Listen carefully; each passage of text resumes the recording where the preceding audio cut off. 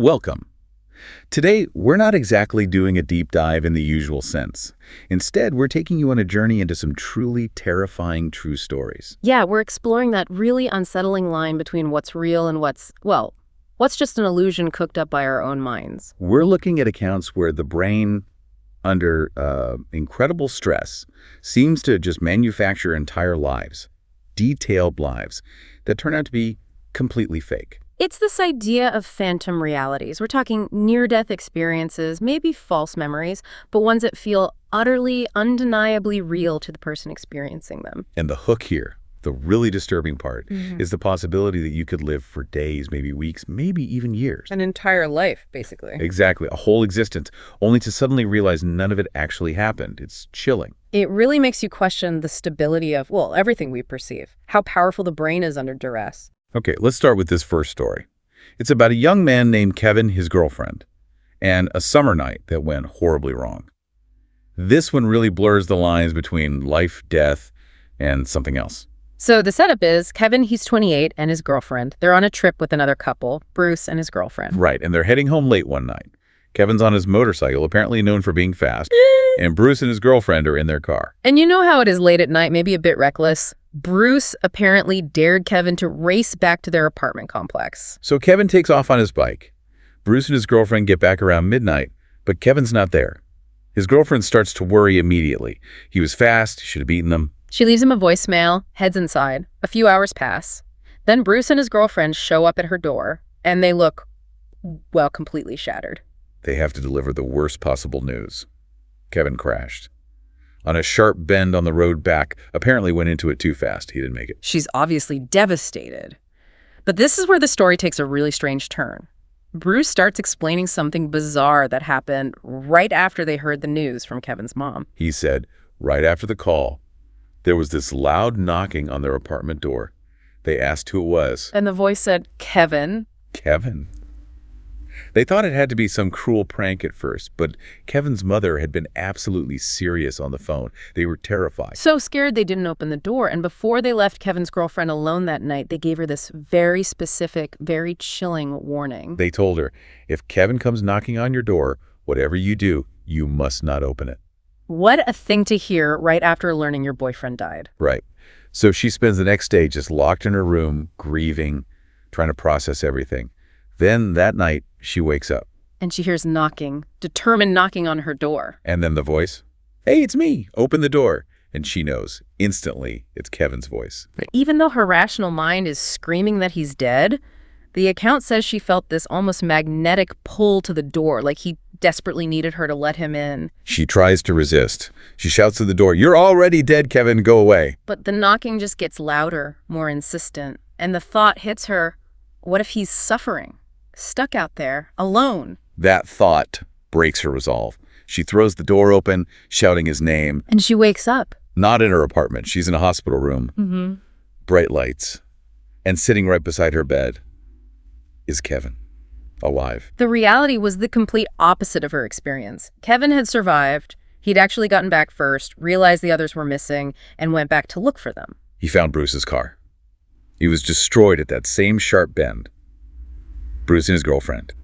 They were the ones who died in the crash. She survived because she'd been in the backseat of the car, not with Kevin. She was the one in the coma. But her conviction about that other reality, it's unshakable. She insists that the whole experience, Kevin dying, the ghost, the warning, felt more real than anything, like a tangible place she was in. And she believes that Kevin, alive in the real world, somehow reached into that coma state, into that phantom reality to pull her back. And that opening the door in that dream, or whatever it was, is what actually saved her life, brought her back to consciousness. It's incredible. And scientifically, you have to wonder, how does the brain even do that, create such a detailed sequential narrative, seemingly in an instant? Well, the sources we looked at touch on this. There's speculation it could be linked to something called temporal compression, maybe triggered by a huge release of brain chemicals like DMT, but around the time of trauma or near death. So the brain, facing shutdown, might compress what feels like hours, days, even years of experience into just seconds or minutes of actual unconsciousness, like a hyper-fast survival narrative. Something like that. It's a terrifying thought, the speed and depth of it. Which brings us to our next story. This one isn't about near death, But it deals with what seems like, well, like a memory from a past life, manifesting as this intense, specific fear. Yeah, this involves a little girl. Starting when she was about 3.5 years old, she developed this absolutely paralyzing fear of one very specific thing. The loud, jarring beeps of the emergency alert system on television. And this wasn't just, a kid being scared of a loud noise. This was described as pure, unmanageable terror, like full-on panic attacks. Her mother couldn't understand it. Eventually, she asked her daughter, point blank, why that specific sound was so terrifying. And the little girl's answer, well, it's the kind of thing that sends shivers down your spine. Oh. She said, because the last time I heard it, Mama and Papa Joe put me into the back of an ambulance and I never saw them again. Okay, let's break that down. First, the kid always called her mother Mum, never Mama. Second, they didn't know anyone named Joe, let alone a Papa Joe. And crucially, she used the word ambulance, but pronounced it ambulance. It wasn't a word her parents had taught her, it just wasn't in her vocabulary yet. She even added details about the event itself. She said, the sound on the TV, the wind whooshed and broke things. I had a real bad boo-boo, but it didn't hurt. Didn't hurt. That's eerie. She also apparently mentioned that her friends told her she had to go home, and that's when she chose her current mother. As she got older, the specific memories, the names, the accident details, they faded, as you might expect. But the fear didn't. The absolute terror associated with that emergency alert sound remained just as potent, just as real. It became this phobia disconnected from any conscious memory.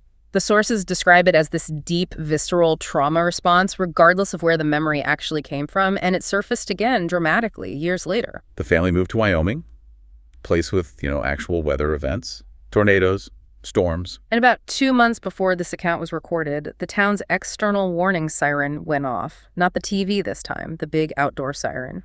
And the daughter, now 14 years old, she just collapsed.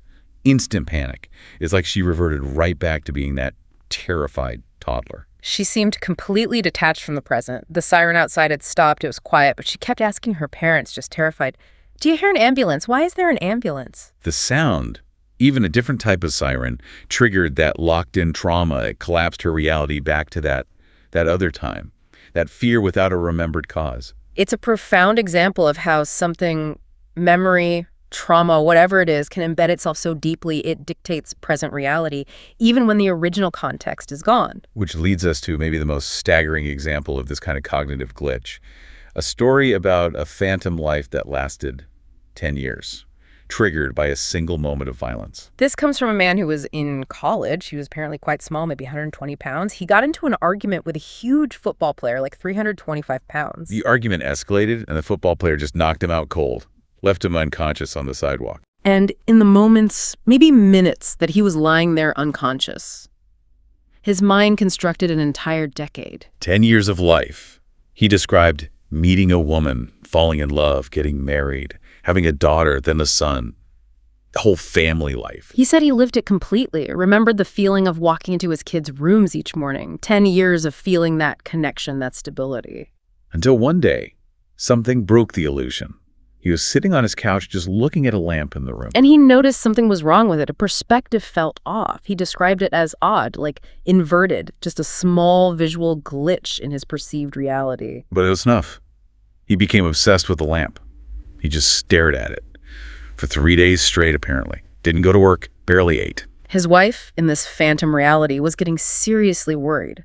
But just before she could intervene, he had this sudden, earth-shattering realization. The lamp wasn't real. The house wasn't real. His wife, his kids, none of it. The entire past decades, it hadn't actually happened outside of his own head. And as soon as that realization hit, the phantom reality shattered. He started hearing screaming, then felt this immense physical pain. He described it as a fucking shit ton of pain. He realized, I'm missing teeth. He opened his eyes. And he was back on the sidewalk, cold concrete, strangers standing over him. He'd only been out for a few minutes, maybe. A cop was there, apparently rushed him straight to the hospital. The aftermath. Yeah. It's just brutal. He fell into a deep depression that lasted for 3 years. He was grieving the loss of a wife and 2 children who never existed. The emotional weight of that phantom decade was so real that losing felt exactly like losing a real family. The grief was just as profound. And the source material mentions something particularly haunting. Even now, years later, he sometimes catches a glimpse of his son. Just out of the corner of his eye, always 5 years old. But he can never quite see him clearly, and he can never hear what the boy is trying to say. The psychological impact is just staggering. A few minutes of unconsciousness generates a decade of detailed, emotionally resonant life, and then rips it away. Taken together, these stories really do hammer home how fragile our perception of reality might actually be. Yeah, they show the sheer, almost frightening power of the brain to build these incredibly vivid, undeniable worlds when it's under extreme pressure. Worlds that can feel more real than reality itself. It makes you wonder, doesn't it, if the mind can do that in response to trauma, construct entire lifetimes in an instant. How solid is the ground we're standing on right now? How certain can we really be about the reality we wake up to every day? It's a deeply unsettling thought to leave you with. We really hope this journey into these unsettling corners of the mind was as chilling and fascinating for you as it was for us to research. Thank you for joining us. If you found these stories compelling, if they gave you something to think about, please do help us out. Yeah, please hit like, share this with anyone you think might appreciate these kinds of true horror narratives, and definitely subscribe to our channel, Horror Docs. We'll be back with more soon. Thanks for listening.